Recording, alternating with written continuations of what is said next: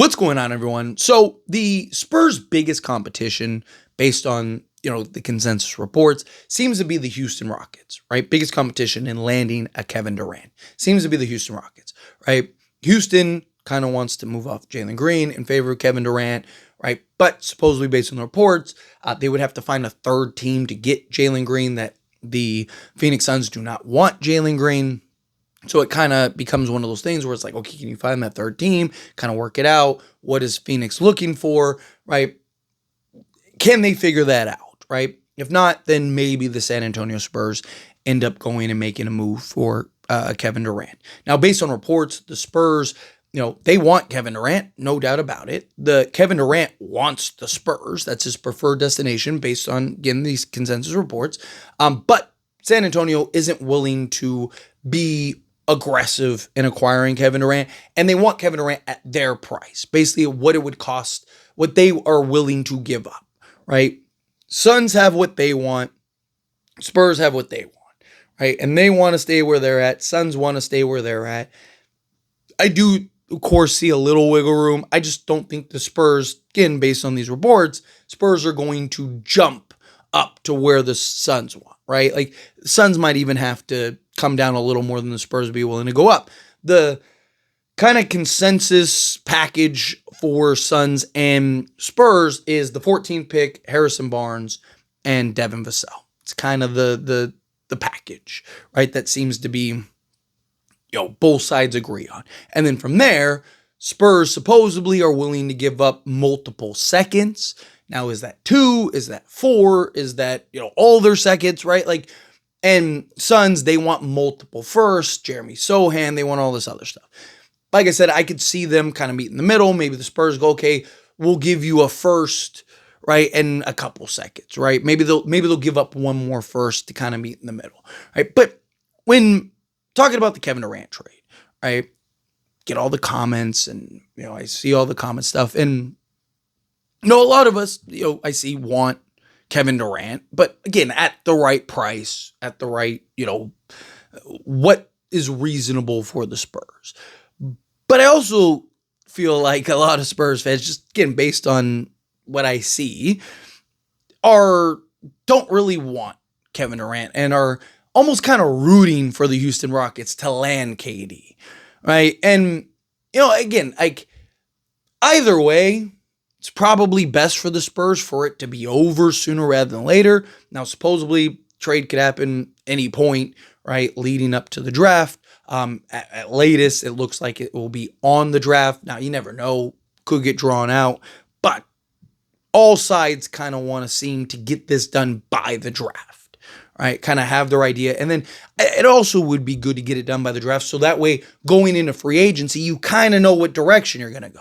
Right? So, like, for example, if you're the Spurs, if you have Kevin Durant, you're going all in at that point, right? Like, you're not going to go trade for Kevin Durant to just go, okay, we're good, we're done. No, like, at that point, you have 28-year-old all-star point guard and a 37-year-old, top 15 player alongside Victor Wembanyama. You don't have 3 years to carve this out and slowly go through this process. No, you're all in at that point. You're doing whatever the next step is to go win a championship, putting the pieces around those guys to now compete and contend and hopefully win as soon as this season.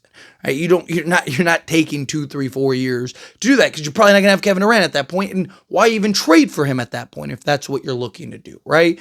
So, but if you don't get Kevin Durant, and say Houston ends up landing Kevin Durant, then you as the Spurs, you want to stay the youthful course. And the type of players that you might get are probably going to be very different, right? You're probably looking at other young guys to add to your core, or kind of vets to help develop your core, right? So, getting this done by the draft would be ideal, so that way you kind of know in a free agency. Also, just to kind of, get this out of the way, right? So that way, if you have Kevin Durant, then, the celebration begins. It's like, okay, what's next? Here we go. Even from a content creator perspective, it's like, here we go. Like, now here's the next moves that we can make, or what about this guy, or how about this, or what do you think about this? And, and then kind of what for the Spurs and what kind of reports come out and all that stuff, like all the news that would come with that, and then the other side of things is like, okay, well, then what's the next step? If they didn't get Kevin Durant, Houston got Kevin Durant. Okay, well, now what? Right? Like, what are the Spurs looking at? There's talks about Giannis and Jaylen Brown. Is that really a thing? Do they start pushing hard for a Jaylen Brown or a Giannis Antetokounmpo? Is that even best for the Spurs at that point? Again, if you go get one of those guys, you're all in again, right? You have a little more time than you will with Kevin Durant, but you're still like, you're not going and trading for, a 28-year-old Finals MVP and then, or a, 30-year-old second best player in all of basketball to not go all in, right? So no matter what the Spurs do as far as the star department goes, you're all in regardless. Like, there is no like in between. So, and I've talked about like, pick a lane here. You're either going all in or you're staying the course, right? Trying to balance and juggle those two things usually doesn't bode well, right? Like, when does it bode well? And I know people will bring up like the Oklahoma City Thunder or whatever, but again, Oklahoma's already built, right? They're not in the middle of a rebuild while trying to balance out. Like, no, they've had some of these guys for years now, and they've grown and developed and became the guys that they've became. They have SGA, and he emerged into being, top 2-3 guy in all of basketball, right? And so on and so forth. And then they went and got a Caruso and Isaiah Hartenstein to add to the young guys to now put them over the top, right? This wasn't something that like they just like they're in the middle of a rebuild and they're still looking to do X, Y, and Z. No, they already did the rebuild, right? Spurs are literally in the midst of a rebuild, right? With these young guys. You got Stephon Castle who's going into year 2, Wemby that's going into year 3, right? You're going to draft Dylan Harper who's going to be in year 1, right? Like, you're in the middle of a rebuild. If you want to go the rebuild route, beautiful. Go the rebuild route. Take your time. Carve this out. If De'Aaron Fox wants to be a part of that, beautiful. Let him be a part of it. If he doesn't, you didn't trade much for him. So it's like, hey, buddy, where would you like to go? Right? And you go get the best package you possibly can for him and you stay the course of the rebuild. Otherwise, again, go get one of these guys. But again, I do look at the potential of like, hey, landing this, a Kevin Durant or whatever. I do think that it would help maybe take a lot of pressure off too, right? Like, if you can go land a KD, right, then it's like, okay, we know we're done. All the noise is done. We know where we're heading. We know what direction we're going now.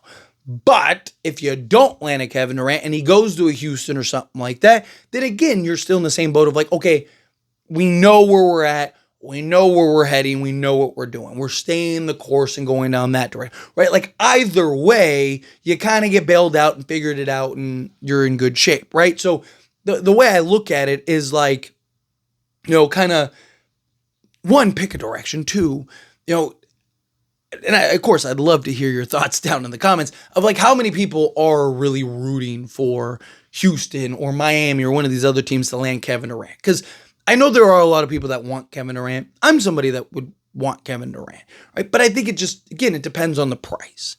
If you have to sell the farm for Kevin Durant, then no, stay away from Kevin Durant. Let him go wherever he's going to go.